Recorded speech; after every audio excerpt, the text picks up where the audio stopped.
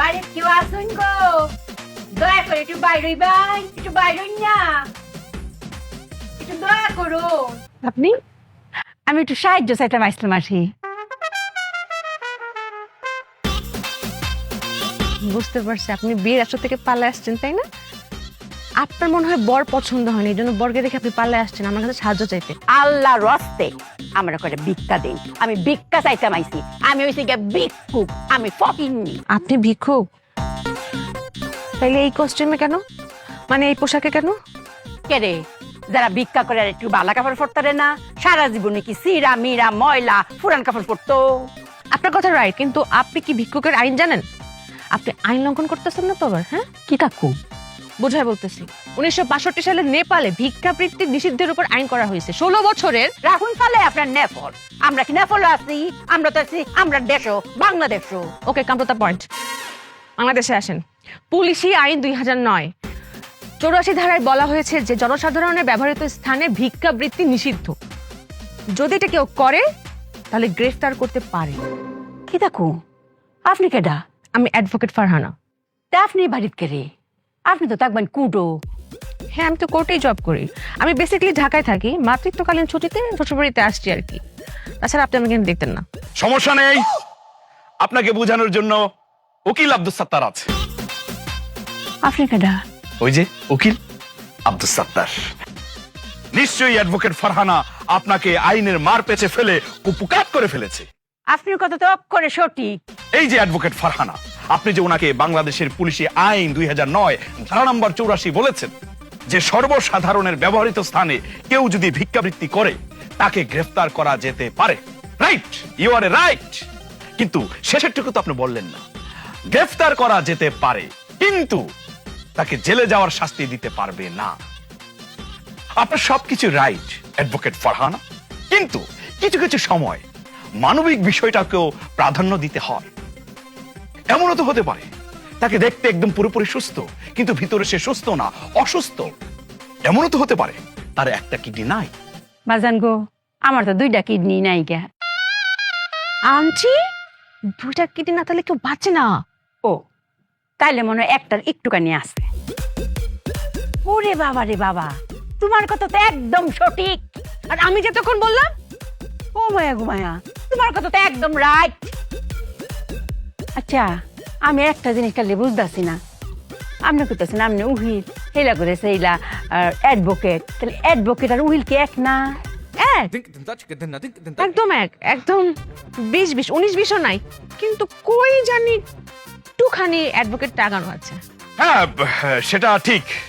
এই যে আমি উকিল, আমি এই ডিগ্রি পাশ করে 2 বছরের পাস কোর্সের মাধ্যমে উকিল হয়েছি। আর অ্যাডভোকেট ফারহানা LLB কমপ্লিট করে, অনার্স মাস্টার্স কমপ্লিট করে অ্যাডভোকেট হয়েছে। মানে দ্যাটস ওয়াই সে অ্যাডভোকেট, আমি উকিল। সে ঢাকা শহরে আইন পেশায় জড়িত, আর আমি জেলা সদরে, সেই জন্য সে অ্যাডভোকেট, আমি উকিল। সঠিক, মানে রাইট। হ্যাঁ, ভিক্ষা নিতে আইলো যে, দেখছো নি অবস্থাটা? হ্যাঁ, আজকালকার ভিক্ষুকের একটু ধৈর্য সহ্য বলতে কিছু নেই। একটা মিনিট দাঁড়াইবো, তাও দাঁড়াইলো না, গেছে গা। ধৈর্য যদি থাকতো তাহলে তো ভিক্ষা করা লাগতো না, তাহলে তাই অনেক উপরে যাইতো। হাফাগু, গরিবরে কালি কামক অপবাদ দেন। আপনার সামনে ডেকে ডাকা রয়েছে। আপনি কেডা? ও মায়াকু, আমি তো ভিক্ষুক, আমি তো ফহিনী, আমি তো মিসকিন। এই যে দেখুন, ভিক্ষা করতে মাইছে। আপনি এটা কি পড়ছেন? কে রে? আপনার লাহানি তো কাপড় ফুটছি। বুঝছি বুঝছি, কেরে যে কইতাছুন। একটা বালা কাপড় ফুটছি, আপনারা কালি প্রশ্ন। এটা কেরে ফুটছি, এর জবাব দিতে দিতে আমার মুখ করে বিষ হয়ে ফুটছে। আপনারা করলেন খুব জিলাস, বুঝছুন? আচ্ছা, আপনার বাইঙ্গই কইতাছে। কাল ভাগে আসলাম এক বাড়িতে ভিক্ষা করতাম। এই বাড়িতে নতুন বিয়ে হয়েছে। জামাই তো জগড়ার মধ্যে 3 কথা কইলছে, ওই ফুটছে গা ডাইভোর্স। বউ গেছে গা, জামাই কইলো বউ জন গেছে গা, তে বাসার হতে শাড়ি রেখে কি করতাম, দিছে ডিল মেরে ফালায়া। আমি দৌড়ছি, এই শাড়িটি ফিরাইছি। একটু সাজিও, সুন্দর হয়েছে না? আপনাকে শাড়িতে অনেক সুন্দর লাগছে। আপনার কথা অক্ষরে সঠিক। কি? আপনি কইলো রাইট, না কইলো রাইট। আচ্ছা, তখন আমি একটা সঠিক আর একটা রাইট কথা এখানে কারোয়া কইয়া যাই। আমার জীবন থাকতে এই বাড়িতে আমি আর ভিক্ষা করতে মাইতাম না। এটা তো একটা বাড়ি না, মনে হচ্ছে এটা কুট। আর হগল ভিক্ষুকরা কয়াম খবরদার এই বাড়িতে কেলাম যাইও না, এটা কুট বাড়ি, গেলই খালি তোমরা জেরা করবো। বাড়ি তো না। ভিক্ষাটা নিয়ে গেলে ভালো হতো না? আপনার কথা করে সঠিক। আন্টি খাওয়া দাওয়া করে যান। করে রাইট। এই বাড়ির মানুষরা এই বাইরই। ওরে বাবা, হ্যাঁ কি খুব তো বড় গলায় কয়ে গেছিলা যে মল্লা আর এই বাড়িতে ভিক্ষা করতে আইবা না, আবার বাড়ির গেটে লেখা দিয়া যাইবা যে এই বাড়িতে জানি কেউ ভিক্ষা করতে না আসে। তুমি যাওয়ার সময় আমি দুয়ে দুয়ে চার মিলাই রাখছিলাম, জানি তো যে আমাগো মতো মানুষের ভিক্ষা ছাড়া তোমরা তো চলতে পারতা না। খারাও আনতাছি। আমনে কারণ আমি ভিক্ষার লাগি আইছি না, আমি অঙ্কছি ক্লায়েন্ট। কি আমি ক্লায়েন্ট আপনারা কাম দিয়াম, দুই একটা কাম না দিলে আপনারা খাইবেন কেমবা? দা হইন আপনারা উহিলার অ্যাডভোকেট রে, হ্যাঁ আমি কাম দিতাম আইছি। বুঝলাম না কি এর কাম? আরে মামলা করবাম। মামলা? কিসের মামলা? মানহানির মামলা। কি মানহানির মামলা? শুনুন, আপনারা বাড়িতে বাইরেছি না, ফটো গেছি পরে এক লুহের লগে দেখা, আমিও ভিক্ষা চাইছি বেড়ার কাছে। উমায়াগু হে আমারে ভিক্ষা দিলে দিব, না দিলে নাই। হ্যাঁ আমারে ককি এই কইনি এই কাপড় তুই কইতে পাইছ, এই কাপড় তো তোর লগে জানা, তোরে মানা না। আমারে কিরম অপমানটা করছে। আরো ককি এই যে কাক যদি ময়ূরের ফাঁক না লো দেখে কি ময়ূর হয়ে পড়বো, আমার এমন অপমান করছে। আমার মানটা হানি হয়েছে না, হের নামে আমি মানহানির মামলা করবা। আচ্ছা এই লুহের নাম আর গুফন রেখা কি লাভ? এটা হচ্ছে মিন্টুয়া।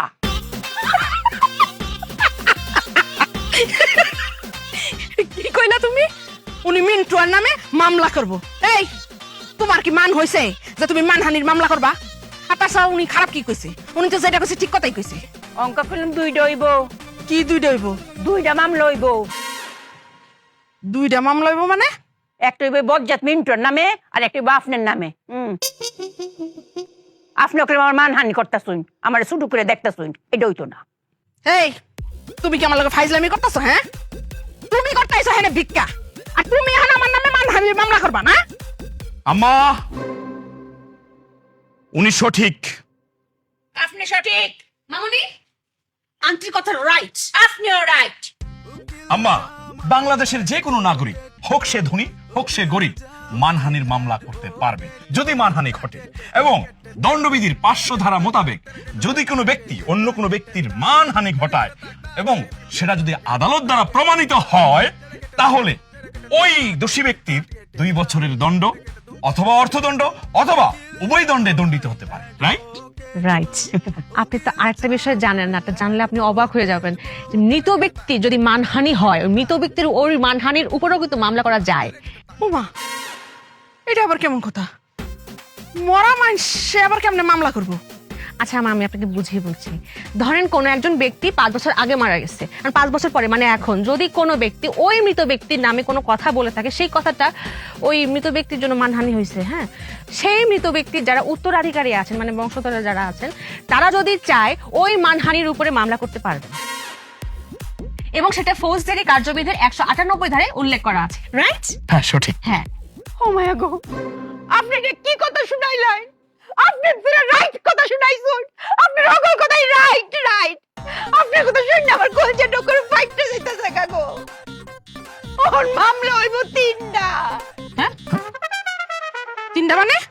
আমার বাপে আছে না 10টা টাকা ভিক্ষা চাইছিন। হাই রে, এই 10টার লাগে কত অপমান। আমার বাপরে কয় এই তুই কি 10 টাকার যোগ্য রে? হ্যাঁ তুই তো 5 টাকার যোগ্যই না, তুই 10 টাকা কেমবা চাইলে? আমার বাপে কত বড় মানে লাগছে, মনটা লাগছে লাগে লগে হার্ট অ্যাটাক। এবারে না আমার তো মামলা কোন লাগবো, তো অঙ্কা মামলা হইব 3টা। একটা বাবজুইটা মিন্টুয়া, একটা আমনে আর একটা হেই বেটা। আপনি আমার মার বিরুদ্ধে কেমন মামলা করতেন? এটা আবার বেশি করা হয়ে পড়ে। এই যে রাইটাফা আপনি নেন আপনার শাশুড়িটা, 1 দিল 2 পাই মেরে নেবেন। এই যে সঠিক ভাই আপনি নিবেন এই বাবজুইটা মিন্টুয়াটা, আর আমার বাপেরটা আমি দেখতেছি। আন্টি আপনি সঠিক, আপনি চাইলে মামলা করতে পারেন। আমি বলতে চাচ্ছি আসলে মামলা করাটা যতটা সহজ, মামলা চালানোটা কিন্তু অনেক কঠিন। আপনি কোর্টে দৌড়াইতে হবে, মাসে মাসে যেতে হবে। তো এই যেতে গিয়ে যে সময়টা যাবে সেই সময়টা ভিক্ষা করবেন কিভাবে? তারপর যাওয়া আসা, যাতায়াত ভাড়া, অনেক টাকার ব্যাপার স্যাপার। সেই জন্য বলতে চাচ্ছি বিষয়টা একটু ভাবলে হয় না? মানে একটু ভাবেন না? আন্টি আপনি আপনার জায়গায় রাইট, আপনার কথা রাইট। দেখেন মানবিক দিকটা চিন্তা করা যায় কিনা। আসলে ক্ষমা তো একটা মহৎ কাজ, তাই না? আপনি এক কাজ করেন, ওই মিন্ঠা আঙ্কেলকে ক্ষমা করে দেন। তোমরা দুইজনে এত সঠিক কথা কও, এত রাইট কথা কও, আমি কোনটা ফালাইয়া পারি না। তোমরা কথা আমি ফালাইতে পারি না। ঠিক কইছো, এই রাগ খুব এটা রাইটটা কিলা এটা দিলাম, মামলার করতাম না। আর আমার জিদ জমি মাটি দিলাম। ওয়াফা জিদ টঙ্কা মাটি দিয়ালছি, ভিক্ষার লগের জিদ করে কি অর্থা মাটি দিয়ালছি না, টঙ্কা আমার ভিক্ষা ডাইনা দিন। আরে শুনুন, আপনি তো একটু ভিক্ষা দিচ্ছেন, এটা কোনো হইতো না। আপনার তিনজন মানুষ, তিনজনের সমান ভিক্ষা দিবেন। যাই সুন্দর যাই। উকিল জামাই অ্যাডভোকেট বউ, উকিল জামাই অ্যাডভোকেট বউ, তাকেটে তাকেটে তা তেরেকেটে তাক তাক তেরেকেটে তাক তাকেটে। আরে হইছে তো, আর কান দিস না, এবার একটু কান্দাটা বন্ধ কর। কি হইছে হেডা ক। খালা আমার কপালটাই খারাপ। ছোটবেলায় মায়ের মরে গেল, মায়ের মরণে 40 দিন পার হইতে না হইতে আব্বাই আর একটা বিয়া করে ফেলাইলো। আর আমার বিয়া দিল একটা মদ করে লাগে। খালা সারা জীবন তো নানান কপালের নাম শুনছো, পোড়া কপাল, কুফা কপাল, খারাপ কপাল, এই কপাল সেই কপাল। আর আমার তো মায়ের কপাল। কিরে হ্যাঁ, কিরে কিরে কিরে, হেই বা হেই তুই কান্তাছস কেন? আম্মা ইবা কান্তাছে কেন? ইবা কি একলাই আছে নাকি? ইবার জামাই আছে নাই? আর কইস না রে বাবা, তুই তো জানোসই আমার এই বোনজিটা জনম পুরা কপাইলা। আরে মাটা জন্মের পর পরই কয়দিন পরে মরে গেল। আর ওর বাপটা, ওর মায় মরছে 40 দিনও যায় নাই, অমনি বিয়া করছে। খুব অন্যায় করছে। আর ওরও বিয়া দিছে একটা মদখোরের লগে। এবারটা বলে ওরা প্রতিদিন ধরে ধরে মারে। কি ওরে মারে? নিশ্চয় যৌতুকের জন্য মারে। ওরে বাপরে বাপ, যৌতুক তার সাথে নারী নির্যাতন দুইটা মিললা মনে কর 11 গ 30 দ্বারা একটা মামলা ঢুকে দেবো। একদম মামলা দিয়ে আবাগাবা করে বলাম না। তুই তো ভয় পেতেছিস কে? আমি তোর ভাই উকিল আব্দুল সাত্তার আছে। শোন, কালকে ঘুম থেকে উঠে নাস্তা খাওয়ার আগে তোর নিয়ে আমি থানায় যাবো। থানায় গিয়ে একটা মামলা ঢুকে দেবো, তারপর হেরে আমি খাম। বুঝতেছিস তুই? আরে বাপরে বাপ, কি কঠিন মামলা হইব আম্মা। এই তুই কি শুরু করছ? হ্যাঁ, কোথায় বইন্ডা আইছে? বইন্ডার একটু বুঝাবি যে জামাইয়ের সংসার করতে হয়, জানি সংসারটা না ভাঙে। তা না, হ্যাঁ আইছে, হ্যাঁ মামলা করানো শুরু করে দিল। আম্মা তুমি বুঝতেছো, আমি একজন আইনের লোক হইয়া আমার চোখের সামনে অন্যায় হবে সেটা আমি মেনে নেবো সম্ভব না। আমি মনে করো 11 গ 30 দিনে যে মামলাটা ঠুকবো না, আরে সেকালে আদালতের দরজায় যাইবো এত সময় তার লাগবো। সে আর এইবারে মারার সুযোগ পাইবো না। আরো যে কত ধারা আছে আম্মা তুমি বুঝবা না। সব ধারা একটা একটা করে মামলা আমি ঢুকে দেবো।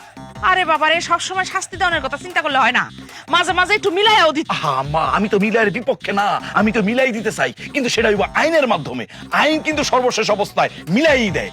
মনে করো আগে মামলা হইব, মামলা হওয়ার পর তার জেল জরিমানা হবে, তারপর মনে করো তার শাস্তি হবে, শাস্তি ভোগ করবে। শাস্তি ভোগ করার পর তার ভিতরে যে কালিগুলো আছে এইগুলো দূর হইয়া পুত পবিত্র হইয়া সে আবার ইভার কাছে ফিরে আসবে। ইভার সাথে সুখে শান্তিতে সে সংসার করবে, বাচ্চা কাচ্চা হবে। সেই বাচ্চা কাচ্চাগুলো আমার মামা মামা মামা করে ডাকবে। ইভা সারা জীবন কৃতজ্ঞ চিত্তে আমার কথা স্মরণ করবে, তাই না রিবা?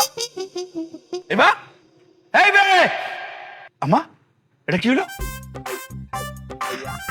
যাক ভালো, তার মানে ইভা সংসারটা করতে চায়, সংসারটা ভাঙতে চায় না, মামলা করব না, এর জন্যই চলে গেছে। একদিন তো ভালোই হয়েছে, নাহলে তোর ঘরে তো আবার বউ আছে, তার কাছে গেলে তো সে তো আবার বিজ্ঞ আদালত, সে তো আরো আইন বুঝাইতো। ইভা বাইসা গেছে। ইমাকে? ইভাকে মানে? এতক্ষণ তুই পারে নিয়ে কথা কইতাছিস, ইভা তোর বোন? আরে আমা তুমি কি কইতেছো? আমি তো তোর বোন হিসেবে দেখি না। তোমার কাছে সে ইভা হইতে পারে, কিন্তু সে তো আমার কাছে একজন ক্লায়েন্ট। ইসিরা মা, আমি একজন ক্লায়েন্ট হারাইলাম। সকালবেলা ঘুম থেকে উঠা নাস্তা খাওয়ার আগে ওরে নিয়ে আমি থানায় যেতাম, একটা মামলা ঢুকে তারপর হেরে আমি খাইতাম। এই যা করে যা, দরকার করে। এই কি কই যাস তুই? ওই যে এবার আমি খুঁজে নিয়ে আইতেছি, দরকার পড়লে হাতে পায়ে ধরে তারপর আমি নিয়ে আসতেছি। সকালবেলা ঘুম থেকে উঠা নাস্তা খাওয়ার আগে এবারে নিয়ে আমি মামলা ঠুকে দিব আম্মা। তারপর মনে করি এবার জামাই আমি খাই বললাম।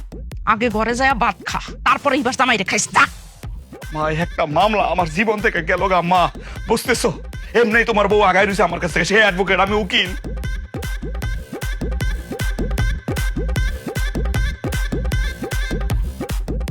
মাননীয় আদালত, আমার প্রতিপক্ষের বন্ধু এতক্ষণ আপনার সামনে নানান যুক্তি দেখিয়েছে। আমি শুধু বলতে চাই, আমার যে মক্কেল সে সমাজের একজন সুনামধন্য ব্যবসায়ী, তার সুনাম আছে, তার সুনামকে নষ্ট করার জন্য আজকের এই অপপ্রয়াস। মাননীয় আদালত, আমি আপনার সামনে নানান যুক্তি উপস্থাপন করেছি, তথ্য দিয়েছি যে আমার মক্কেল সম্পূর্ণ নির্দোষ। মাননীয় আদালত, আমি আশা করব আমার সমস্ত তথ্য, সমস্ত যুক্তিতর্ককে বিবেচনা করে মাননীয় আদালত আমার এই মক্কেলকে সম্পূর্ণ নির্দোষ বলে বেকসুর খালাস দেবে। অবজেকশন ইওর অনার, আমার বিরোধী পক্ষের উকিল আমার ক্লায়েন্টকে ফাঁসানোর চেষ্টা করছে। Thank you. মাননীয় আদালত আপনাকে অবজেকশন ওভাররুল বলেছেন। মাননীয় আদালত, আমি যা বলছি। Order order order. এই তোরা কি শুরু করছস? হ্যাঁ, বাড়িটারে পুরো কোর্ট আর আদালত বানায় ছেড়ে দিছে।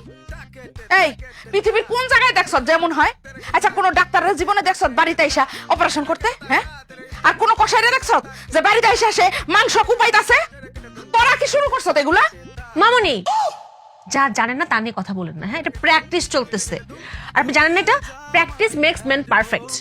এই যে আপনার নাতি আসতেছে, ঠিক শুনতেছে, তার প্র্যাকটিস হচ্ছে মামুনি।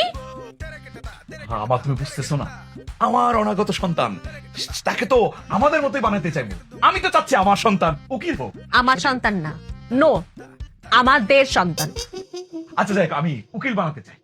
সরি, সে অ্যাডভোকেট হবে। অ্যাডভোকেট না?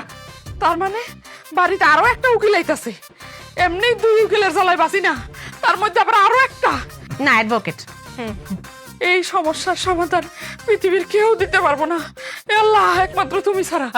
আল্লাহ, তুমি আমার উঠাইলো। আল্লাহ, আমি কোন জায়গায় আছি? আল্লাহ, মাননীয় আদালত, যা বলছিলাম। আল্লাহ, আল্লাহ, তুমি আমার উঠাই নিয়ে যাও। আল্লাহ, আল্লাহ, আমার ঘরে তো সুখ নাই। এই কোন সংসারে তুমি আমারে পাঠাইলে? আল্লাহ, যেই সংসারে আমার আবার দুইটা উকিল দিয়ে দিছো। একজন তো আমার নিজের উকিলও মানে না, হ্যাঁ আমি আর পক্ষে। আল্লাহ, এই দুইজনের চুক্তি পরামর্শ আমার দুই কান জ্বালাবালা। আল্লাহ, আল্লাহ, তোমার কাছে আমার একটা ফরিয়াদ। আল্লাহ, পরজন্মে তুমি আমার জজ বানাইয়া পাঠাও, জানি আমার একটা অর্ডারে দুইটার মুখ বন্ধ হয়ে যায়। আল্লাহ, তুমি আমার বাঁচাও। আল্লাহ, আমি আর কতদিন এমনি সহ্য করবো? আল্লাহ। খালা, খালা, বীরবেরে কাল্লা কথা কইতেছেন? শেষ শেষ। আল্লাহ, তোমার লগে কথা কোন শেষ? কাল্লা কথা কইতেছেন কইলেন না খালা? তোর লগেই কথা কইতেছি। খালা, আপনারা দেখলে মনে হয় এই দুনিয়াতে সবচেয়ে সুখী মানুষ আপনি। আহা, আপনার বাড়িতে দুইটা উকিল, খালি টাকা আর টাকা রে খালা। এই তোর কেডা কইছে রে যে ঘরে উকিল থাকলে টাকা আর টাকা? কে একটা মামলা করে দেখেন আপনি? ঠিক আছে, আমি বাসায় যাইয়া জিজ্ঞেস করবো। কেউ যদি কাউরে বিরক্ত করে তার বিরুদ্ধে মামলা ঠিকা দেওয়া যায় কিনা। খালা, আপনি কার নামে মামলা করবেন? কেন বিরক্ত করছে আপনারে? তুই, তোর নামে আমি মামলা ঠিকা দিব। আরে খালা, আমি আপনার বিরক্ত করলাম কই? এই যে এখন বিরক্ত করতেছস। আরে বাবারে, আপনি আমার খালা লাগেন, গ্রামের মানুষ, সুখ দুঃখের কথা কইতে পারবো না? আচ্ছা ঠিক আছে খালা, আপনার আর বিরক্ত করবো না। সন্ধ্যে গেছে গা, আপনি বাসায় যান গা, এখানে আর থাকেন নাম নেই। আমি আমার বাড়িতে যাবো কিনা না যাবো সেটা আমার ব্যাপার। তুই কনের কেডা? হ্যাঁ, তুই তো আবার আমার বিরক্ত করতেছস। খালা, আপনার মনে হয় মাথাটা গরম, দুপুরে খান নাই মনে ভাত না? আমি ভাত খাইছি না খাইছি সেই কথা আমি তোরে কমু? হ্যাঁ, তুই তো আবার আমারে আবার বিরক্ত করতেছস। খালা, আপনার শাড়িটা খুব সুন্দর, কত দিয়ে কিনছেন খালা? বিরক্ত, আরো বিরক্ত করতেছস। খালা, চুলে মনে তেল দেন নাই না? চুলে তেল দিছি না দিছি সেটা তোরে জিজ্ঞেস করে দিতে হইব? আপনার রাত লড়কে খালা? এখন পাউডার লড়বো। তুই আরো বিরক্ত করতেছস আমারে। উকিল জামাই অ্যাডভোকেট বউ, উকিল জামাই রেবেকা বেগম, সে কখন থেকে চুপচাপ বসে রইছো, কোনো কথা বলতেছো না। আমার লোকজনও বাইর করে দিলা, আমার লগে একলা কথা কইবা। কই কিছু তো কইতেছো না, কথা কও। চেয়ারম্যান আফা, আমি তো শেষ। তোমার জীবন শেষ? আরে বাবা, তুমি তো শুরুই করলা না, শেষ হইলে কোন সময়? শেষটা আমি কেমনে বুঝবো? কও, শুরু করো। বাবা, আপনি তো জানেন আমার একমাত্র ছেলে উকিল, সে আবার বিয়ে করছে আরেকটা উকিল। তারে আবার উকিল বললে সে মাইন্ড খায়, তারে অ্যাডভোকেট বলতে হবে। তা আমি তো সমস্যা দেখতেছি না। বউ যদি খুশি হয় তুমি অ্যাডভোকেট বলবা। আমি তো বলি নাই কোনো সমস্যা, আমার অ্যাডভোকেট বলতে কোনো সমস্যা নাই। আমি তারে মাঝে মাঝে অ্যাডভোকেট বলি। আচ্ছা, কিন্তু আসল সমস্যা তো অন্য জায়গায়। কোন জায়গায়? মানে মনে করেন আমি তাদের দুইজনকে নিয়ে এক টেবিলে খাইতে বসছি। টেবিলে ভাত তরকারি সবজি সব দেওয়া আছে। হঠাৎ করে একজন বলবে, এই সবজি তো ফরমালিন যুক্ত সবজি, এই সবজি তো খাওয়া যাবে না, এই সবজি কে বিক্রি করছে? সেই বিক্রেতার নামে মামলা ঠিকা দিতে হবে, ক-ধারার মামলা। আরেক দিক থেকে আরেকজন বলে ওঠে, না এটা তো চ-ধারার মামলা হবে। এই যুক্তি তর্ক, ক-ধারা চ-ধারা ম-ধারা কি কি ধারা ধুরা কয় ম্যাডাম, আমার সব মাথার উপর দেওয়া হায় আমি তো এমনি মূর্খ সুরক্ষ মানুষ, কিছু বুঝি না। তারা তো দুইজনেই যুক্তি তর্ক নিয়ে যুদ্ধ শুরু করে দেয়। তার মানে এই না যে তাদের এই যুক্তি তর্কের মাঝখানে আমি বসে বসে ভাত খাবো, না সেটা আমি খাইতে পারবো না। তাদের দুজনের এই যুক্তি যুদ্ধ আমার দেখতে হবে। আমি হইলাম গিয়ে জজ। ম্যাডাম, এর মাঝখানে মনে করেন দুপুরের ভাত রাইতে করা যায়, যুদ্ধ শেষ হয় না, ওই দিকটা যে ভাত খামো সেই উপায় নাই। দুপুরের ভাত রাইতে যাইয়া পয়সা যায়। চেয়ারম্যান আপা, আমি যে শেষ 3 বেলা ভাত কবে খাইছি তা আমি নিজেও জানি না।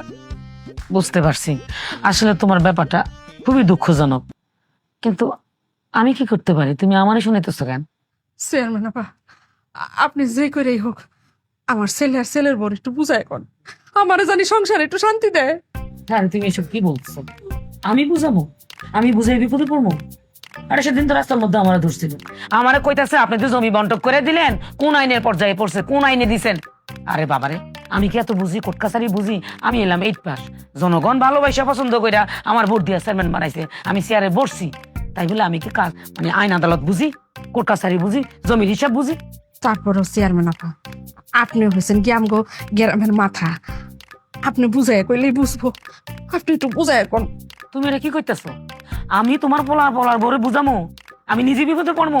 দেখা যাবো কোন আইনের ধারায় ফেসার মধ্যে ফালাইয়া আমার চেয়ারম্যানের চেয়ারটা ফালাই দিল, তখন আমি কি করবো?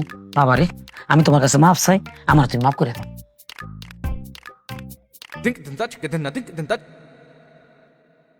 আমার আপনি মাফ করে দিয়েন চেয়ারম্যান আপা। তুমি আবার মাপ চাইতেছো কেন? কি হইছে?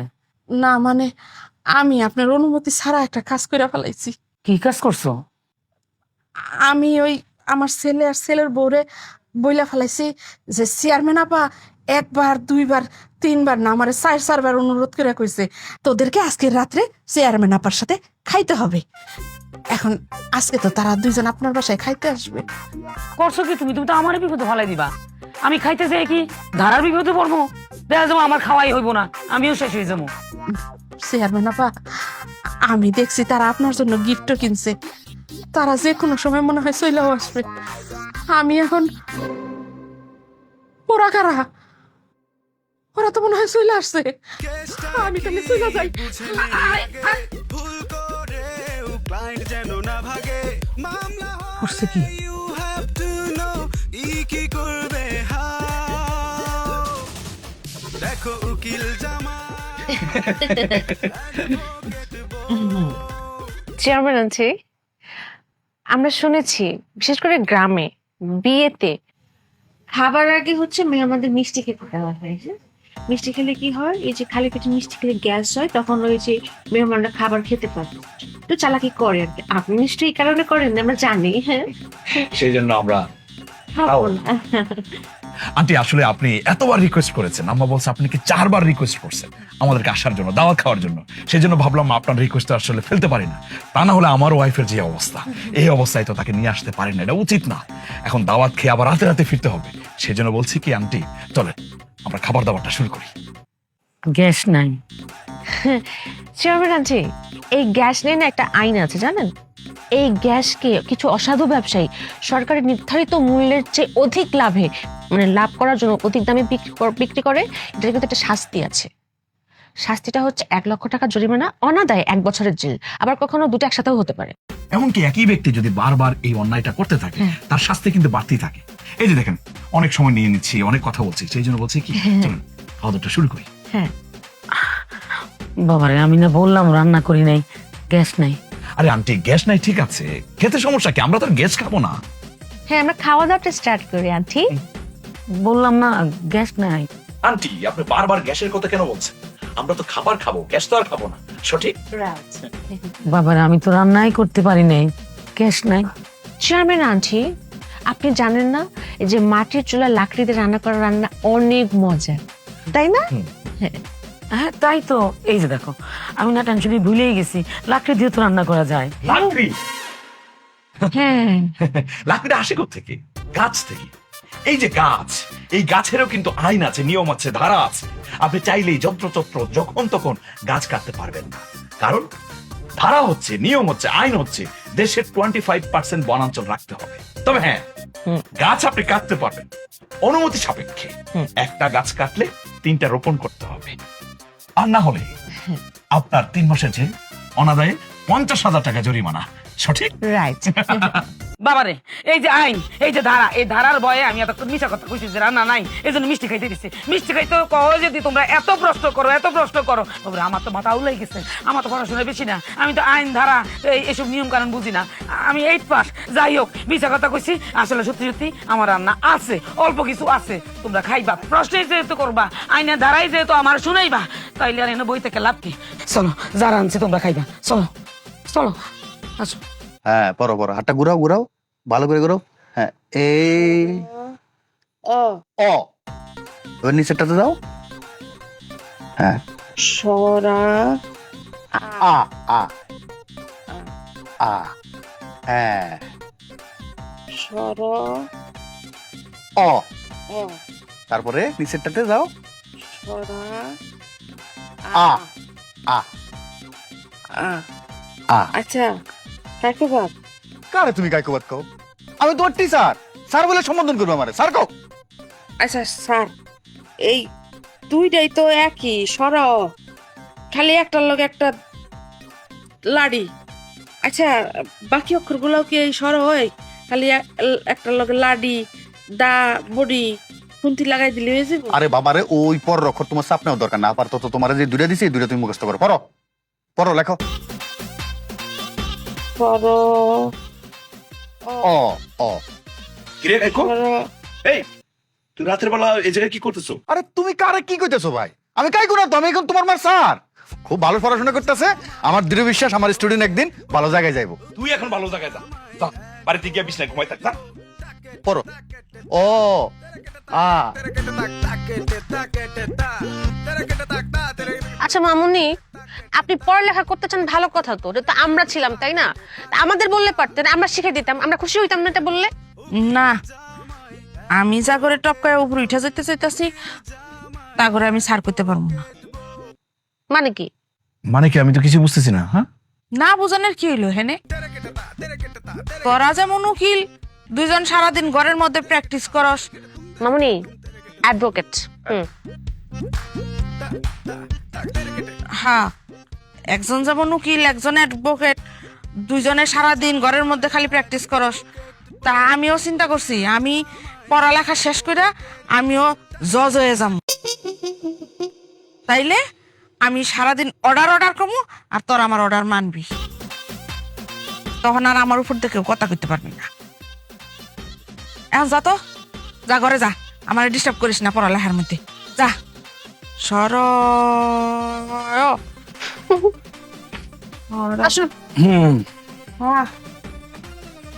লাডি লাগাই লিখতে যায়। সর ও অর্ডার।